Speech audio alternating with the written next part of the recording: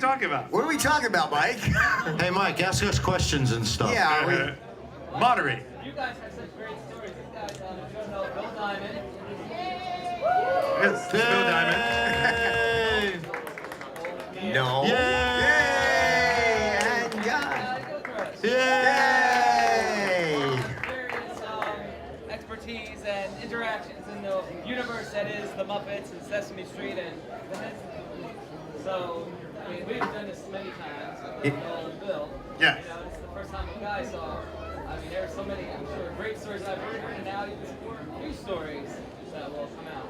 You guys, Our stories are old. You'll be new. Yeah, yours are new. We want to My hear stories yours, are guy. old. Yours will be new. That's true. There you Never go. heard it. It's new to you. Yeah. Well, and at my age, if I haven't told it today, it's new to me. There you go. You know, yeah. Still remember. I mean, honestly, like I have reverse Alzheimer's. I'm like remembering stuff that never happened. So sad. I just came up with that. You did? Yeah, I can't remember it, but I came up Rumbo. See, here's what you pay for, kids. There you go. with it. There you go. All right. So how do we want to start? Start with you. Tell them who you Yeah, are. go ahead, Bill. No, let's start with you. Oh man, The newbie. the newbie. Newbie. Okay. All right. Hi, I'm Guy. Hi, guy. Yeah, I'm the non-puppeteer up here. But you have a Muppet connection. Very much so. Yeah, I was the guy that had the job of taking that incredible orchestra. We always called it trying to fit an orchestra in a sardine can. My job. Jim had the #1 show in the world, the Muppet Show, and Jim loved comics, and he wanted to find a way to make the Muppet Show into a comic strip. And he tried out, there were 200 and some odd people that tried out, this was in 1980. And for about a year, 200 writers and artists, everybody that King Features knew, tried out, and Jim didn't like any of them. And so one day, Mort Walker, the creator of Beetle Bailey and High and Lois, was out, and Mort knew me, and I was doing a funny animal comic called Super Colonel for Weekly Reader. And Bill Yates, the head of King Features, told Mort that they were about to lose the contract for the biggest comic strip in the world, this brand new Muppet strip, if they couldn't find somebody. And so Mort said, that's a pig and a frog, right? And Bill says, yeah. He says, well, there's this hippie kid that I know, you know, that hangs out down at the Museum of Cartoon Art. Anyway, Bill called me, and it was the greatest day of my life. And I tried out, and for a year, I kept trying out. For a year, I kept drawing for free. And finally, one day, the phone rang in my office, which was my garage. And it was Jerry Jewell, the head writer.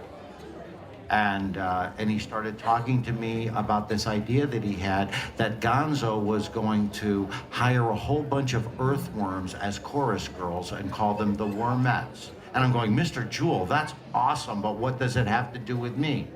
We were writing the comic strip. And anyway, this is what the comic looked like. Those are originals from way, way back in the day. I started the strip in September of 1981. And that picture of me and Jim, that's from Valentine's Day of '82. No, we weren't dating. It was during Toy Fair. It was during Toy Fair in New York City. And really, right about just a couple months after that, Jim had me and Michael Frith and Jim Mahan start working on the Muppet Babies. Anyway, that's how I got started with the Muppets. No, how about you?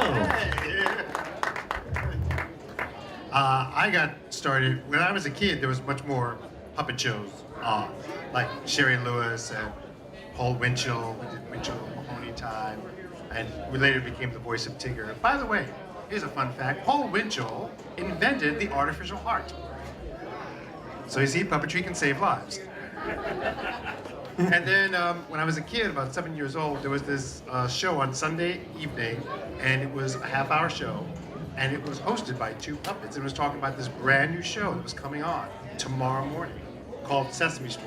And the puppets were named Ernie and Bert. And I had never seen puppets like this before. And of course, when I saw Big Bird, it was incredible that this puppet could actually walk and talk independently. By the way, if you look back at that first episode, Big Bird is frightening compared to Big Bird today. The Big Bird today, is that very sweet, gentle, huge canary. The Big Bird from that first episode is from the pet shop of Dr. Moreau. It is frightening.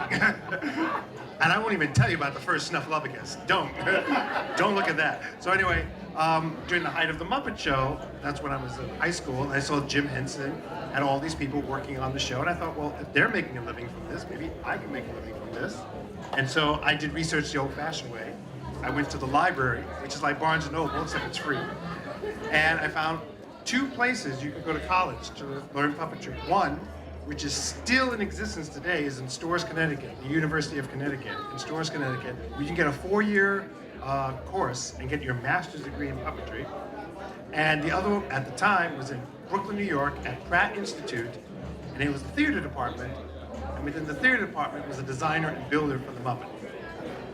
So I ended up going to Pratt, and I ended up studying under Kermit Love, who was the designer and builder of Snuffy and Big Bird. And no, the frog was not named after him. It's just one of those freaky coincidences. And I started working on Sesame Street as what's called the Wrangler, the person who takes care of the puppets and makes them camera ready. And then eventually doing a background and assisting on Sesame Street. And then going on to other shows, because I'm proud to say my resume is most people's childhood memory. So I've gone on to do Sesame and Follow That Bird and The Great Space Coaster and Ubi and Between the Lions and The Puzzle Place and Eureka's Castle and Bear in the Big Blue House and the third Ninja Turtle movie and stuff like that. So that's my introduction to puppets and puppetry. Bill? Well, It gets better, don't worry. well, Jim was, and you guys know, Jim was really good about pulling out of people from bizarre corners of things. You never know what he would do. I got involved with Sesame Street, and Jim wasn't even in the picture. A good friend of mine was working as one of the head repair technicians for NBC, but also working for a company called Reeves Teletape, which Reeves was at that time filming Sesame Street in an old theater down on 81st and Broadway. And he said, I want you to come down, and can you pull yourself away from your little creatures and your characters and come down and work with me on this show? I gotta work on these tape ops, which were big tape machines back then. They were the size of, a table. They were 2-inch quad machines. So I said, all right. And he said, where are you going? Oh, you'll know. I think it's just up your alley. So I wound up going down there and we're working for Reeves Teletape, who actually was filming Sesame Street. So I was like, we're actually on Sesame Street? And I said, I came through the back door. How did that happen? So I wound up working for Reeves. At that time, the first puppeteer I met was Carol Spinney. And the show, this was 1978. I was under 20 at this point. And Carol was doing Big Bird, and Kermit Love was on set. He always played the wonderful ice cream guy that sold Hot dog. hot dogs. He did Hot ice dog, cream too. Willie the hot dog man. And Willie the hot dog. I knew it was something. Yes. It was a long time ago. Don't test my memory. I'm still in Alzheimer's with him. But anyway, so I was working on the technical side for Reeves and got to know Kermit and Carol, so we became friends. And Jim wasn't really involved with it at that point. Well, there was this young man that I was working with in Purchase, New York, a young artist who was working with a good friend of mine named, I'm trying to think, there were a bunch of them. There was Fred Garbo, okay, there was a young man named Michael Motion, okay, and John Kahn. And they were doing this circus performance, and this young kid started working with me, and we were videotaping this whole thing. And I was going back and forth to Reeves and videotaping this, and this young kid said, you know, I want to learn how to videotape. I'm like, okay, you know, we're going to do this circus performance that now remember these names, Michael Motion, Fred Garbo, and John Kahn. So they were doing this circus thing in this art studio in Purchase, New York. And the kids working with me for a while. We got to know each other for 2 years. And we're working on this stuff. And this is 1979. And I finally find out that this kid's last name is Henson. His name was John Henson, which was Jim's youngest son. So we were working on this. And in comes this, we're going to do this party with all this circus thing. That was a performance that was never done, and Michael Motion was doing this ball routine, and John Kahn did all the sculptures, and Fred Garbo was doing his acrobat stuff and this fat suit thing that he was doing, air suit as he called it, which now we do dinosaurs and air suits and all that other stuff. And in comes Jim Henson, and John goes, "My father's here." I'm up in the loft with the videotape, and I go, "That's your father?" And he goes, "Yeah." Is that a problem? No. And I remember videotaping him walking through the room and just saying, "Really? You had to tell me this now." So I came down, and he said, "Well, my dad wants to meet you." And I like, okay. And he said, you don't have any characters here. I said, no. So we're doing this. Well, that night, Jim came to see John Kahn and his sculptures to support the program. Michael Motion, who you will know later on in Labyrinth, who did the balls for Bowie. And Fred Garbo, who did Barkley the Dog on Sesame Street. He wound up taking all of us doing different things. He said, I want you to come to New York, to the New York office, and I got some videotape thing with you. I said, I do puppets. Well, I want you to videotape this stuff. And that's how Jim picked people. He saw talent and pulled everyone in. He saw something that maybe we didn't see at that time. You know, I just pulled it in.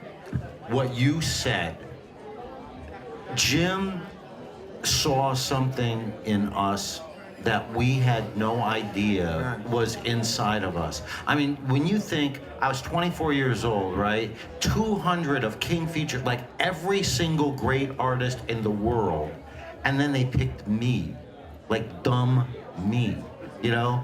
But Jim had that thing where it wasn't that he had a huge ego or anything, but he understood the power that he had in his place in the world and everything, and he knew that you would want to please him. Oh, yeah. And so if he saw that thing, that spark, he knew, and he was a great boss, because he'd never tell you what to do. He'd give you a job, and then let you figure it out. Because you wanted to please him so bad. You would go 1,000 times what normally you would do to try to please him. And he remembered everything. Everything. Yeah. Michael Motion. Now this was 7 years before Labyrinth. And Michael's doing this whole circus thing. And he's watching. 7 years later, he plucks Michael out and puts him in Labyrinth. Right. Yeah. He saw it, knew one when the movie came. He said, Michael does this great ball thing. Let him do it for Bowie. I mean, he just, he remembered. Yeah. He was that way.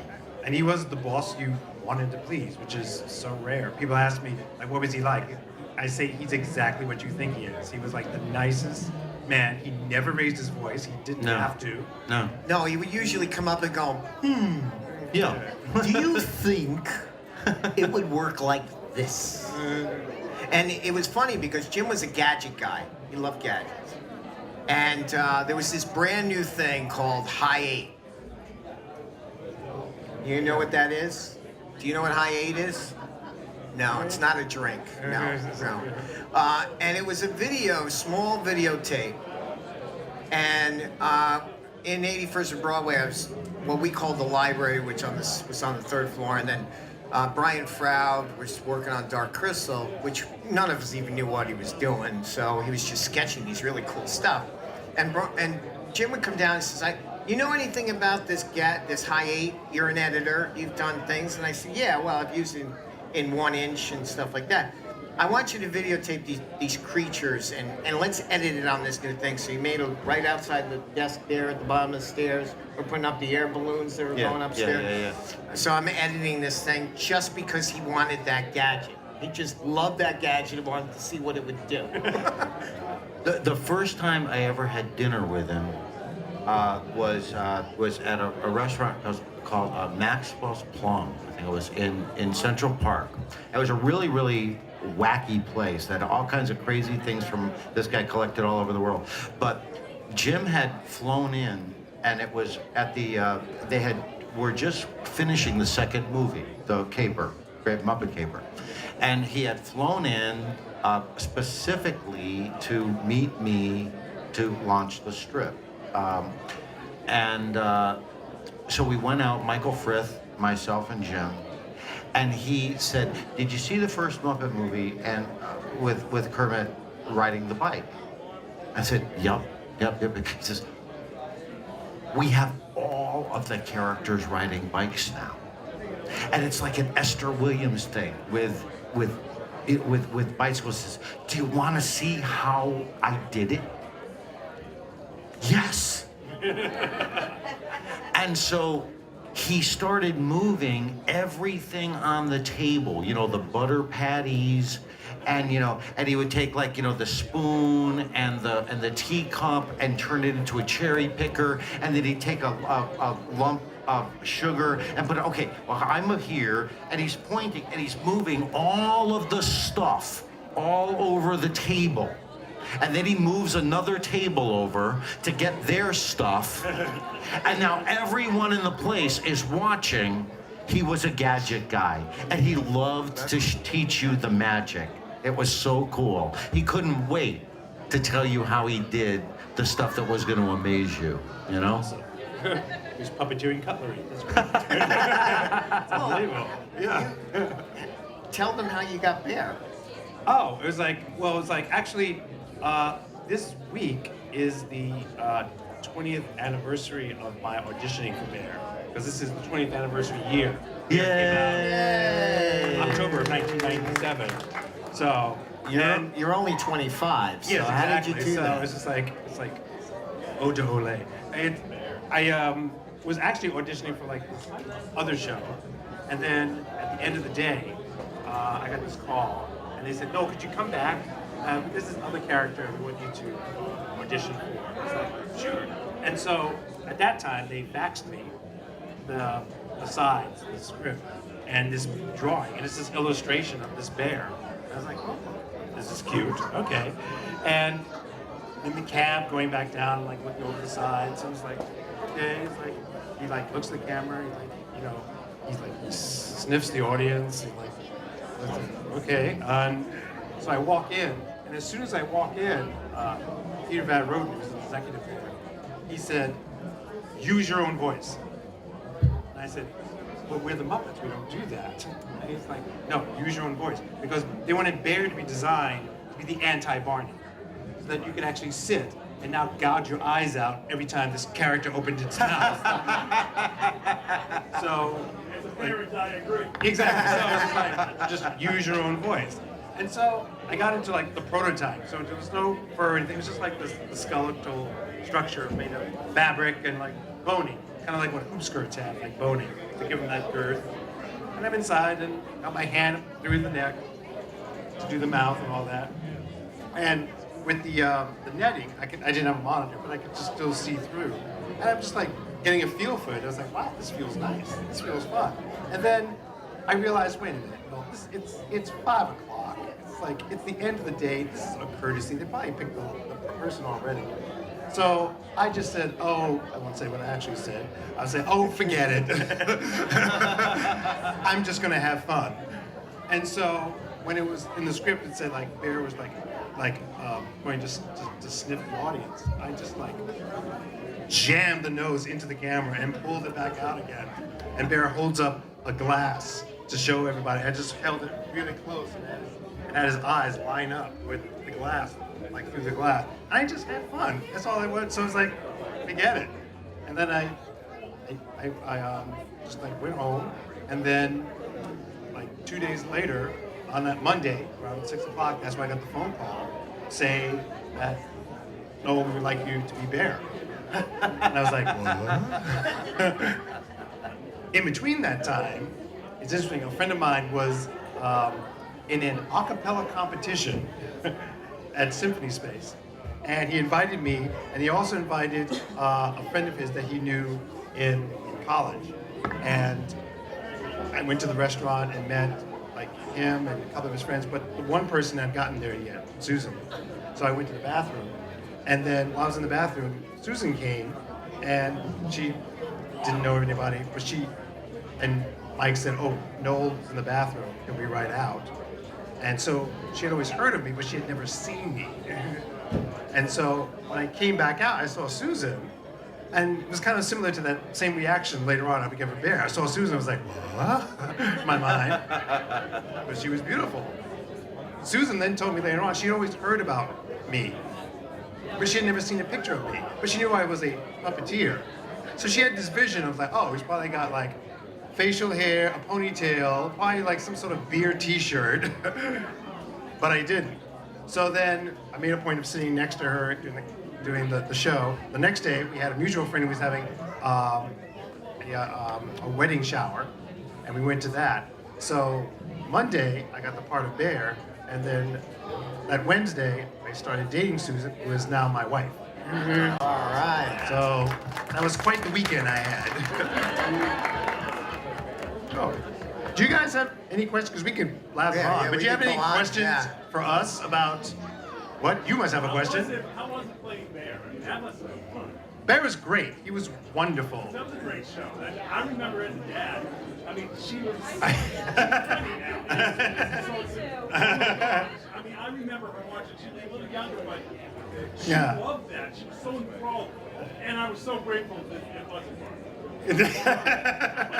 Thank you. It was okay for a while, but Yes, exactly. Yeah, but Bear was fun. It was fun to play, and since Bear was like the adult character, if you aren't familiar, Bear was this character, a full body puppet, similar to Big Bird, where you wear him.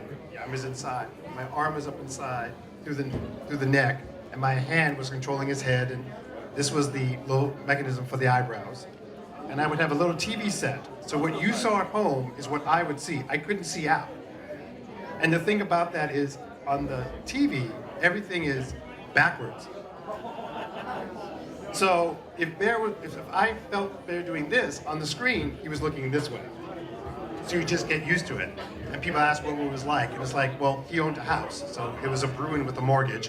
And during the first like couple of days, just pretty much it was like being blind and just like walking around the house. So if you ever look at if you have old tapes, notice in the foyer there's like the rug and there's these thresholds in the doorway. So this way I could actually feel them with my feet and get an idea of like where I was going. Or like backing up into the banister and then feeling like the railing behind me and then just going up the stairs. Huh? Yes, I did. Just perfectly got used to it. Yes. Yeah, we blindfold him at cons, Yeah, just to see. and we walk him through just for the fun Try of to it. get out. We dare you. How many people can you hit on your way through? And then Bear, because he was a grown-up character, he could go out and do appearances on other shows like Hollywood Squares and the talk shows at the time. But my favorite part was always going to children's hospitals. Whenever I made appearances, I always tied it in with a children's hospital, which was great. Because then Bear could actually walk into the room. Or sometimes it's like he couldn't. So some hospitals actually have set up now like TV stations. Yeah. So that I could do a show and then it could be broadcast to the kids' rooms who couldn't actually, because of their conditions, couldn't actually come down. Or have somebody outside of, a doctor be in the room with them. That's So that really, was, it's such a cool thing. Me and Tom Bancroft, who's a Disney guy, we just did one in Vanderbilt. I live in Nashville now, and Vanderbilt Children's Hospital has Ryan Seacrest has bought and paid for like 20 radio and television stations all across the country for children to watch closed-circuit television and radio from their rooms if they're unable to come. Wow. And it's absolutely amazing. So Tom and I are able to. And like 11 or 12 of them are hooked up to this thing, so they can even call in from their phones and stuff, and we can teach them how to draw the Muppets and the Turtles and all of that stuff, and they don't even have to leave the room. Some of them can't, they're in oxygen or Right. whatever. It's wonderful, because that was always the sad thing about, the only sad thing about going to a children's hospital or a veterans hospital or anything, is the ones that you couldn't go and visit. Yeah, See, you couldn't, yeah. because of like germs and contamination, you just couldn't do it. But they Yeah. must have gone nuts seeing Bear walk in the room. Oh my Oh, yeah. gosh, that had Oh, to yeah. be crazy. Or just like even passing the nurses' stations, just like, just going by, it's like just on the rounds, don't mind, just like going by, just like, it was great. Stop and sniff them. Oh yeah, exactly. Especially if there was like cookies at the nurses' stations. Like, That was a great story about the city, because that's one of my favorite things. Big nose. Right in the yeah. That was awesome. You didn't even know you were going to do that. Yeah, I just did it, and then later on it became like an edit point. So sometimes, like for a certain song, like what's that smell song, like putting it in, and when you pull it out, it's like you'd be in another part of the house. So it'd be like an edit point. So like put the nose in, like cut, and then Yeah, change we- locations, and then put the nose back in. It's like countdown 3, 2, 1, and then pull it out. And then continue the song, so then it's edited together like he's all over the place. See, when we go out, we can't take Noel to like Yankee Candle or anything like that. It just drives him nuts. Exactly. I can never go to Sephora with my wife. It's embarrassing after a while. The reason why I know Guy is through puppets, but not Muppets. That's right. It's like back in the 80s, by 87 or so, Yeah. Guy had a property and a brand called Tiny Dinos. And it was like little baby dinosaurs. And it had books and coloring books and toys and all that. And they were being featured at the Toy Fair in New York City. And so there were puppet versions created of his characters, and I was one of the puppeteers. Yeah, and I I- would do shows at the Toy Fair. Yeah, we got a bunch of the puppeteers that built Muppets for Jim. Because of my connection with Jim, obviously, to build these wonderful puppets, and so then Noel was amazing, and these were ridiculous. First of all, the puppets were pretty cheaply made, so they didn't have a lot of mechanisms and stuff. And so Noel would be in there like breaking things inside the head, to make things work better. And then we built these sets, and they were, as he said, they were baby dinosaurs, and they had diapers and everything, and they would come out of these shells, eggshells. And so the shell was like their little house, the tiny dinos. And anyway, so they had one monitor underneath, and there were 6 dinosaurs, and there was Sir Waldo, so there was 7 characters. There was the professor that discovered them, and then 6 dinosaurs, and they'd all be like slammed into this tiny little thing. So I guess you got to be very friendly. Oh, yes. Deodorant was- is your best friend. But it was absolutely crazy, yeah. because these guys would be performing for like 8 or 9 hours straight At the Toy Fair. at the Toy Fair and the licensing show. Absolutely phenomenal, and just absolute genius. And and kind of the show never ended, and that's how you and I met. Yeah, exactly. Oh, Yeah, just for the record, Toy Fair, toy people are weird. very. That's Really? me- Yes. Oh, yeah. Like all those toys that come out at Christmas, there's some weird people behind that. You're at a Comic-Con. Oh, yes, exactly. Just- But this is normal compared They to may put a blindfold on you and try to make you walk out of here. Now you go. With the blindfold. You've memorized the route. Now try to get back to the table. Go. Right. There was a what? Oh, it was. Probably, yeah. It's like they would like wipe off the the camera. Yeah. Yeah.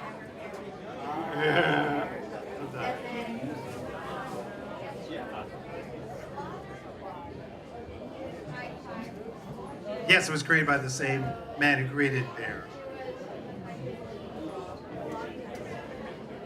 Handprints on your TV to go with the nose print. What have you done? What did I do? Oh, Little Shop. Oh.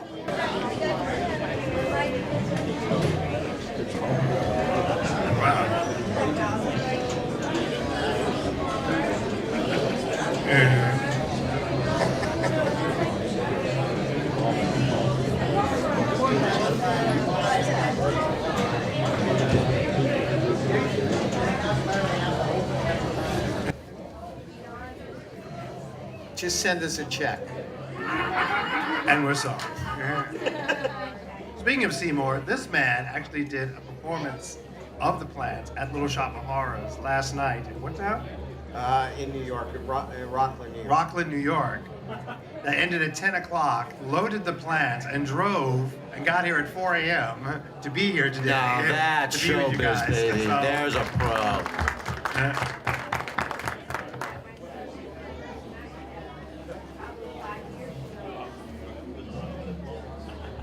Okay. Yes. Oh, what was that? Paint software. Oh, okay. Oh, there's so many now. Which one?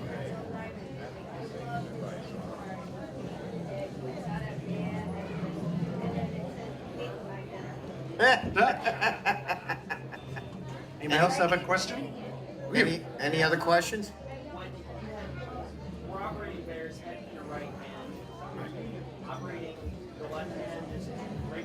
Yeah, it was called I called it the Big Bird technology because my right arm was up through the neck into the head, and then my left hand was in Bear's left arm, and then there was a little string on his wrist that went to a little ring under his neck, and then went down to the right hand, which was stuck.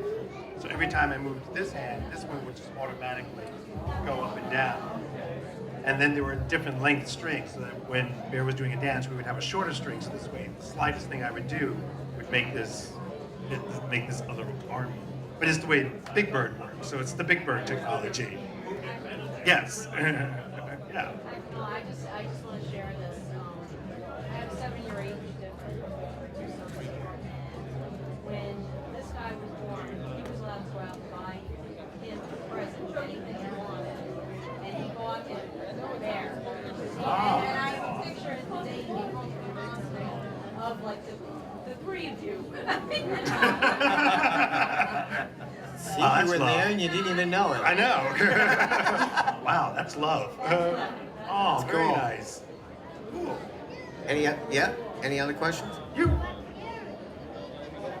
Okay. Oh, well, right now Fox is. I have a sports show called Sports-Arama 360. It's about Dr. Rock takes you through the history of sports items. We were programming it for the Yes Network, which is with the Yankee Network, but Fox is really interested in it out in California. So one of their producers, way they described it to me, it was like Bill Nye the Science Guy meets what did they use the column? Bill Nye the Science Guy meets the History Channel. So I said, all right, that's cool. Somebody gets it. And so I'm going out to LA next month. I have an appearance out there, and then I'm going to meet with Fox. So they're really interested in it. We'll see what they want to do. Well, Fox Sports would be interested. Fox owns the Yankee Network, the Yes Network. But they've asked me they want to jump the curve, not just put it on that. They want to see if it will go on their regional sports network. So, not regional, national sports network. So we're talking about it right now. So we'll talk next month more. That's what happens in the, a lot of people say, oh, a TV show, but they don't realize how long it takes for a television show to come out from conception to, it could take sometimes years for a show, to come out. And like Guy would tell you, when he was doing, the licensing and the toy show and all that. There's a lot involved before a network greenlights something, but the fact that Fox, and I didn't even pitch it to Fox. Yes, wound up picking it to Fox, and Fox was like, hey, we really like this. This one producer likes this. Can we talk more about it? So that's really where it is. So that's kind of neat. And I think what helped was, I mean, you know this, I had won an Emmy this year for something else, and I've just been nominated for 2 more Emmys. So I think that's moving Fox in an interesting direction. A little golden idol is doing something. I'm gonna go work for Bill. Anybody else? Any other questions? I have a question. What have you been working on, Yeah. guy? You've done Well, Muppet Babies, you've done Muppets. yeah, well, Shows? oh, hey, you guys, I'll tell you what I've been Yes, working on. please tell us, Guy. I really want to know. All right, you guys can't hear that. Talk among yourselves. I've been doing this secret project for 23 years called Nancy and Sluggo. Don't tell. Yeah, don't tell anybody. There's like 57 million readers. Don't say a word. Yeah, Ernie passed away in like 80, and I was doing the Muppets then. And but in 1995, I took over Nancy and Sluggo, and then about television. For the last 2 years now, we've been working with PBS. It started in Nashville, and then we're going to see what happens with it. We've got a television show where I'm going to teach you how to draw. Oh, cool. Very good. I'm going to Nashville. I'm working for you. I freelance. I can work See, for either one of you. since you're drawing, I can draw a salary. Yeah. And anyway, so we'll see what happens with that. Is we're right now working with PBS Nashville, and we'll see if it happens this year. And if it happens this year, then it'll be regional, and then we'll see what happens. Because PBS is kind of like that. You know, they'll. You'll start with the funding and stuff regionally, and then it'll get picked up here and picked up there and picked up there. So you never know. But it can be, as Bill said, it can be, sometimes 2 to 5 years, before stuff happens, if it ever does. Like with the babies, for instance, how the Muppet Babies actually started out, you probably know this, but the video that wound up being the dream sequence, in the 3rd movie, right? That was actually, the idea was, let's make a music video for this new thing called MTV. And since it was a retro 50s song, the idea was, well, let's make the Muppets babies, because they would have been really young. And let's make and the song was a 1950s kind of a song. And so what happened was, Michael Frith called me and said, hey, Guy, this is what we're doing. We're filming a music video. And I'm going to send you, he says, we've got a couple of the characters done as baby in puppets. Draw me what they would look like as cartoons, but draw me all the characters as baby cartoons. Because he knew that, I was drawing the characters, the grown-up Muppets, as cartoons every day. And so that was the beginning, but that was like, it was really 2 years from that until you guys started seeing what me and Michael and Jim Mahan and everybody cooked up as the babies. So it was a long, long time. Now, I don't know if you saw this. He was working on Muppet Babies, right? He was sketching that. In the New York office, Jim was, one of the things when they do a show, they want to know what kind of licensing they got. I don't know if you may have saw this. You may have saw this too. So they took the production team and they said, we're going to do something to show the financiers the licensing we have for Muppet Babies. So they took a crew. It was all done in a day. And we went over to Central Park. And they hired all these ladies, and there was a whole fleet of baby carriages.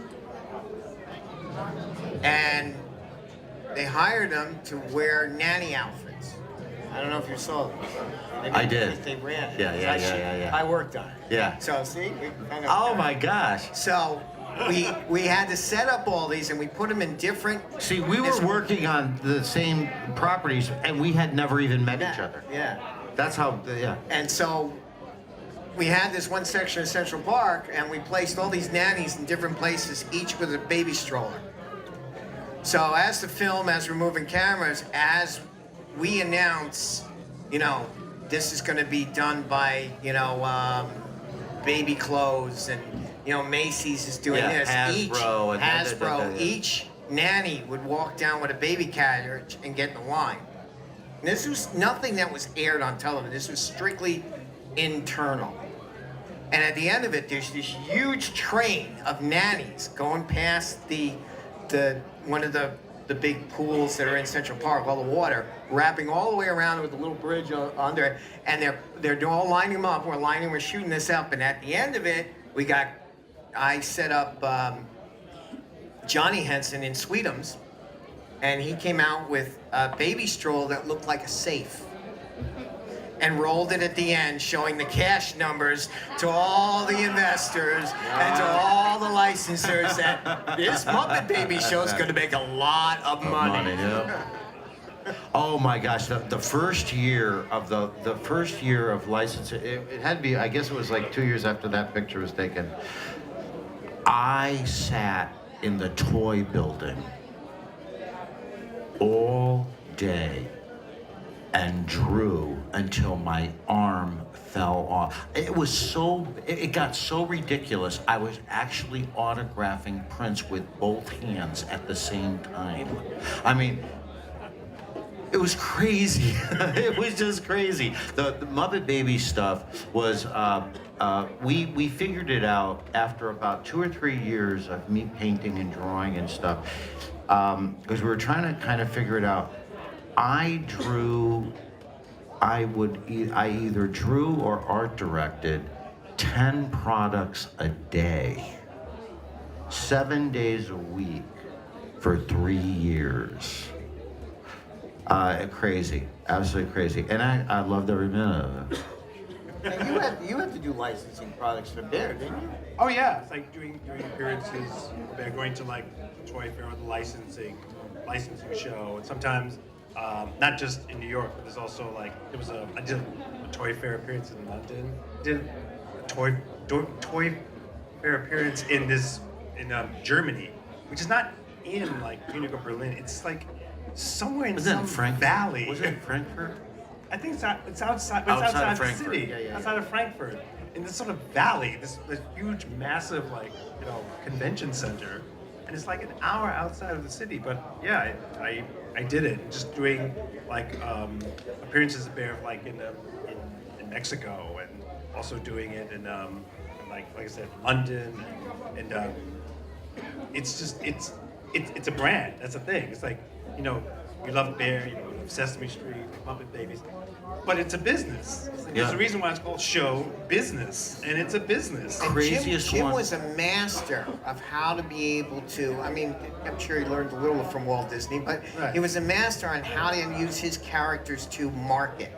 Even way back to with Sam and Friends. Does anyone know who Sam and Friends are? On Wilkins coffee commercials and things like that. He was a master. He literally learned how to use the puppets to make money to finance his projects. Matter of fact, the funny story was I was doing a Halloween party at the house. Johnny Henson came over, and I had some tapes I had to cut for Jim on this new little high-8 thing of old Wilkin coffee things, and I had black and white monitors, set them up, and I had them at the house, and I'm playing them. And Johnny walks in, he goes, "What's that?" I said, "What do you mean, what's that?" What is that commercial with those gray characters? I said, "They're black and white." And he said, "Yeah, but I never saw that before." And I looked at him. "That's your mom and dad." Never saw that before. Okay, fine. Oh, when Brian was little, Brian was about, I don't know, 11, 12 years old, something like that. And they're filming a Miss Piggy special. And they had a whole bunch of beautiful dancers, the Anita Mann dancers. Her name really was Anita Mann. So And she did. And she did, and they were very willing. Anyway, she's a lovely woman. Anyway, but there were all of these dancers, and I'm sitting there outside the studio, and Ryan's coming in with pieces of paper, and he's saying, "Draw Kermit, draw Miss Piggy, draw Fozzie. Okay, sign it. Sign. I'm going, Ryan. What are you doing with these? He said, I'm giving them to the girls. I said, your dad is Jim Henson. He goes, yeah, but he doesn't want to draw for me.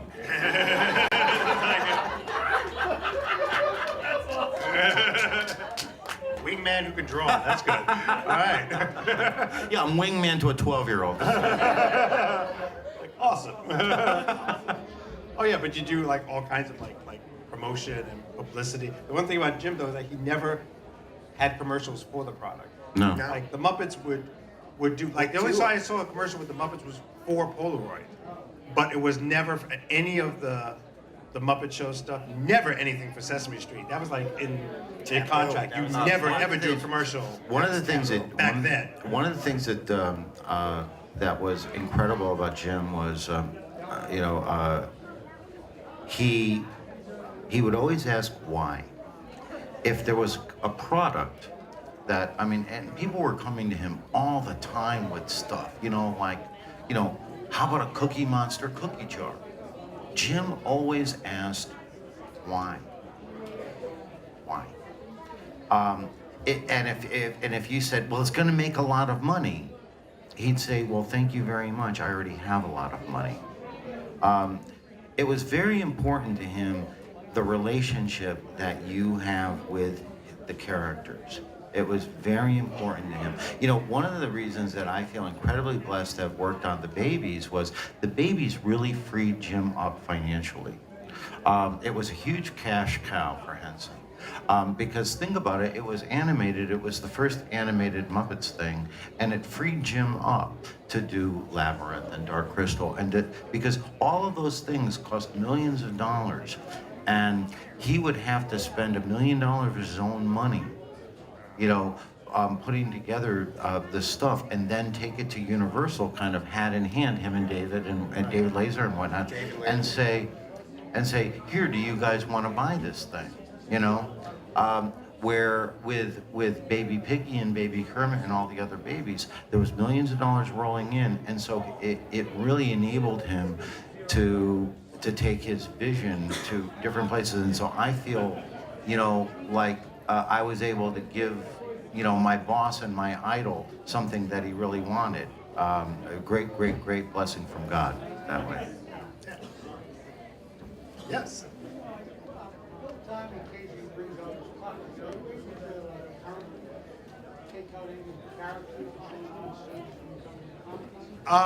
Well, one, Bear's really big.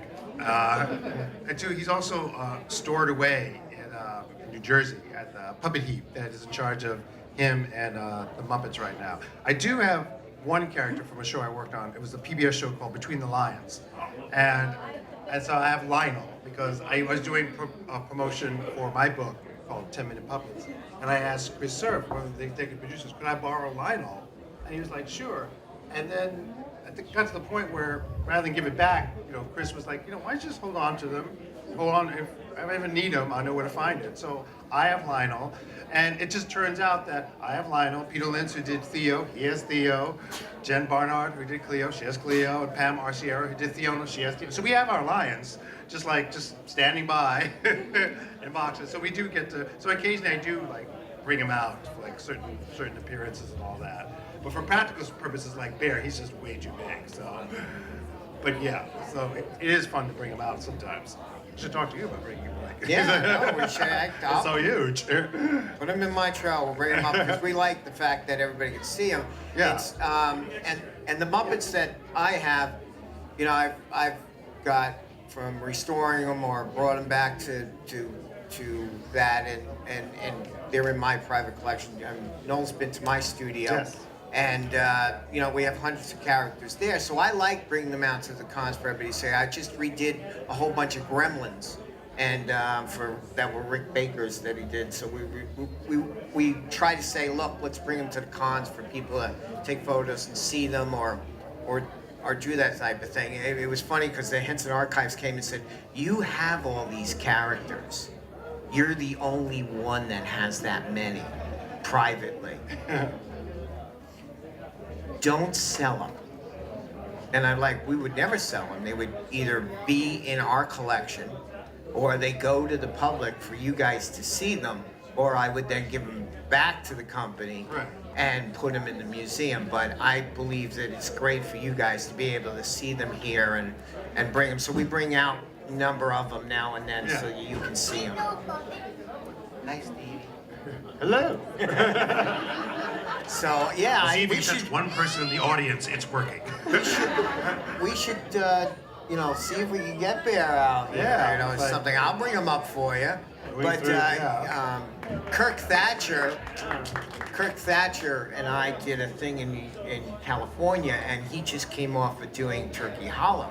He directed Turkey Hollow, and they had the characters from that over Creature Shop, and he went to back to the Creature Shop over to Brian and said, "Can I bring one of them out? I'm doing this demo, and Bill's going to have one of his characters. Could we bring one of the characters?" They were like, "Oh, I don't know. We got to insure it." Can't put it on display. And then finally we talked them into it. So we had one of the Turkey Hollow characters there. We brought it on stage. Don't, it'll be on stage. No one will go near it. Don't touch it. Don't touch it. So, Far back. but it's like you gotta see these things. So we tried to make that happen. And I think I ask all the, we've talked about this, trying to get them out so that you guys can see them Actually see in them. this. And, we got over 200 of them at the studio, so we try to roll them out and change them up and bring them out for you guys to experience. Yeah. Yes, Bruno. Yes. Yes.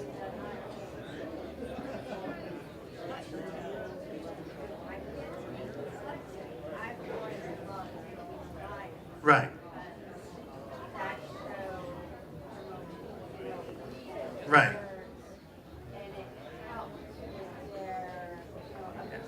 Yeah, you can still see some of the videos on pbs.org, and you click on the Lions link, and all the videos, the music videos, and some games are also on there. So it still exists online.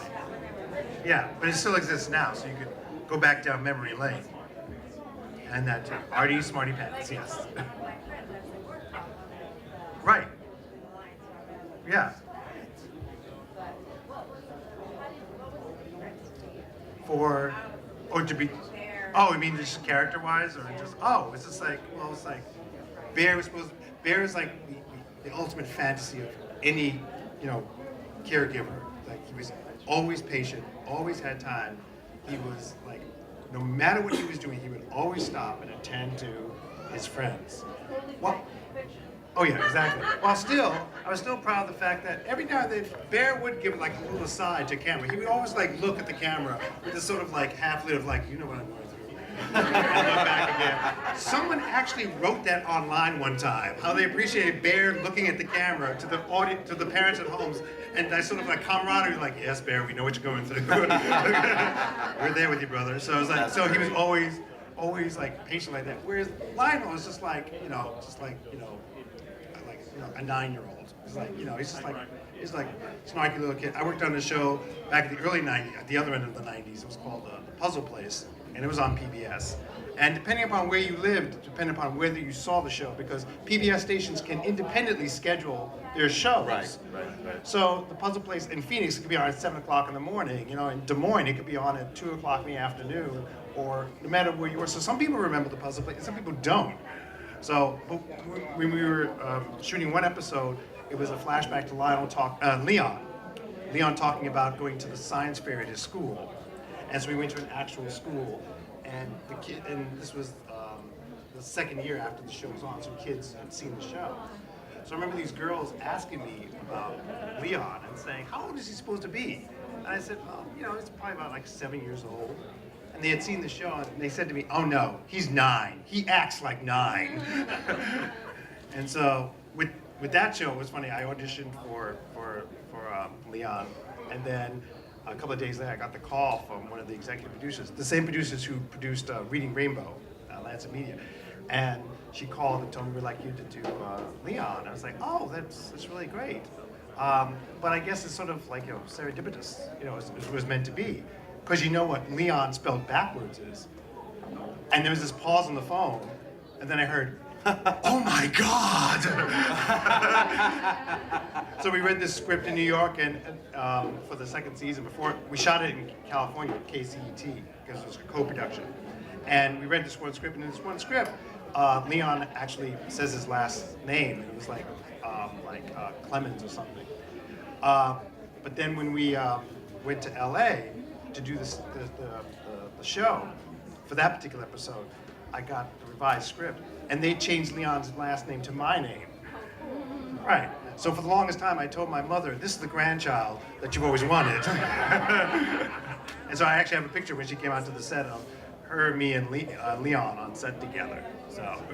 See, one of the best things about what you guys do as fans is that you help us as artists, guys, artwork, Noel doing the Show Me Show, and when we bring the characters out for you to see, it gives us a chance to also help keep Jim's name alive, and also gives us a chance to keep our work alive through you guys. So you get a chance to go home and experience the great artwork that Guy has done and the works over the years that Noel has done, and it gives us a chance to be able to spread what we love to do so much to you, because it really, when it comes down to the end of it, it's really how you guys appreciate it, how you guys keep it alive, and we have so much thrill trying to put those smiles on your face. So we really owe it to you more so for helping us do what we do. Yeah, during the last season of Bear, because we would always have like kids come and visit, and at that point it was like so popular. So we decided we would schedule like once a week, like on a Wednesday for like an hour. That's when people could come, and it was great to have people, their families come in, because it's that great little like reminder, like this is why we're doing this. And so, no matter what we were doing, like we would start our day like at 9 o'clock. At 10 o'clock, no matter what scene we were doing, we would stop. And then for the next hour, we would just like set everything up so then the families could like walk. And the way it was arranged, like they could come in and like go up the stairs, because with Bear, the set was raised up like 4 feet off the ground. And so they could pop like parts of the floor out so the puppeteers could stand and hold the puppets up. And so in this way I was like walking around, and they would have boards, so this way Bear would go toppling into the hole in the ground. So they would walk up the stairs, and they would start through the attic. And then right next to it was the otter pond, and then there was like Pip and Pop, like in the otter pond, and there's the like trios with them. Then they walk through the kitchen, and there's like Tutter, like on the counter, and like with Ojo, and then they walk through the foyer, and then when you got to the living room, the final thing was like Bear was sitting on the swing, and they would come and get a little photo op, and then they would go down the stairs and then out the door, and then they would leave. And at that point, Dean Gordon, who was the assistant director, they would run videotape. So this way you got, as you left, they would just give you the tape that you could just take home. He called it the bar mitzvah tape. So it was just like, after your visit, just like label it and just hand it to the family. They would go out. So somewhere out there, there's still all these little bar mitzvah tapes of people visiting the Big Blue House, which was great. But it's always, and we do it on Sesame Street too, having kids come in and just like a little reminder, like this is why we're doing it. So. Yeah, and like you're next with teaching kids how to draw. Yeah, when many people come over to the to the booth and they'll say thank you, you've heard this a million times, thank you for my childhood, Muppet Babies is my favorite show, or Tom and Jerry, or whatever it is, and I always say the same thing. I'd say, well, thank you, I did it all for you. And they kind of think it's corny. No, really. I did it all for you. Yeah, I mean, I was getting a paycheck. But I already told you, there were a lot of things that I could have done. But I kind of made a deal with myself before I had kids, that everything that I did, I wanted my kids to be proud of. And I'm not sure if I got there, but I got a feeling I kind of did. Because all the characters that I've worked on, it was all about love and light. Oh, and blowing stuff up. Anyway, I really and truly, I know that I speak for Bill and Noel when I say really, we did it all for you. We're very, very grateful that we're a part of your lives. We really did love, we really did it out of love, and we love you.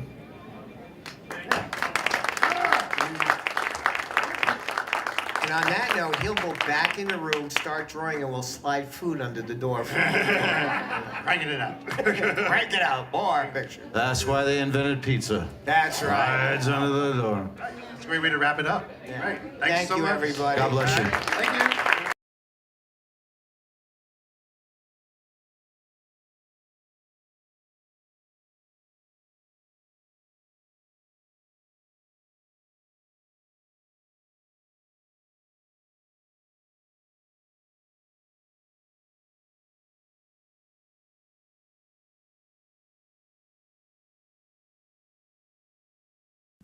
Well, a song about never saying never and never being told what you can or cannot do. This is one of us. A 1, 2, 3.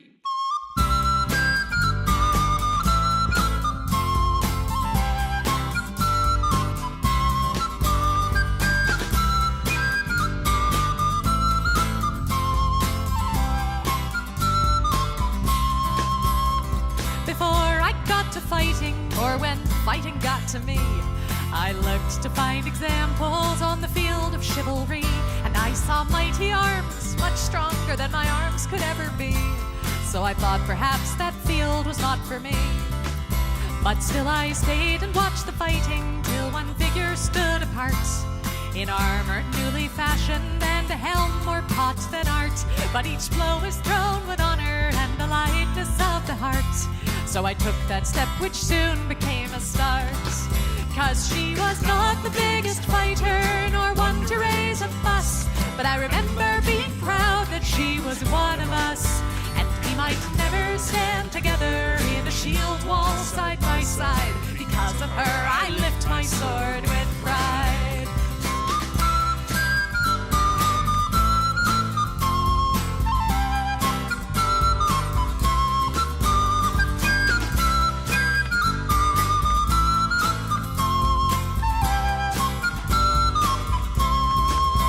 She was ladylike and lively, not the type you would expect, with a braver heart than many and a slot shot to respect. And I guess she'd once decided this was where she'd like to be, and I thought if she could do it, why not me? 'Cause she was not the biggest fighter, nor one to raise a fuss, and I remember being proud that she was one of us.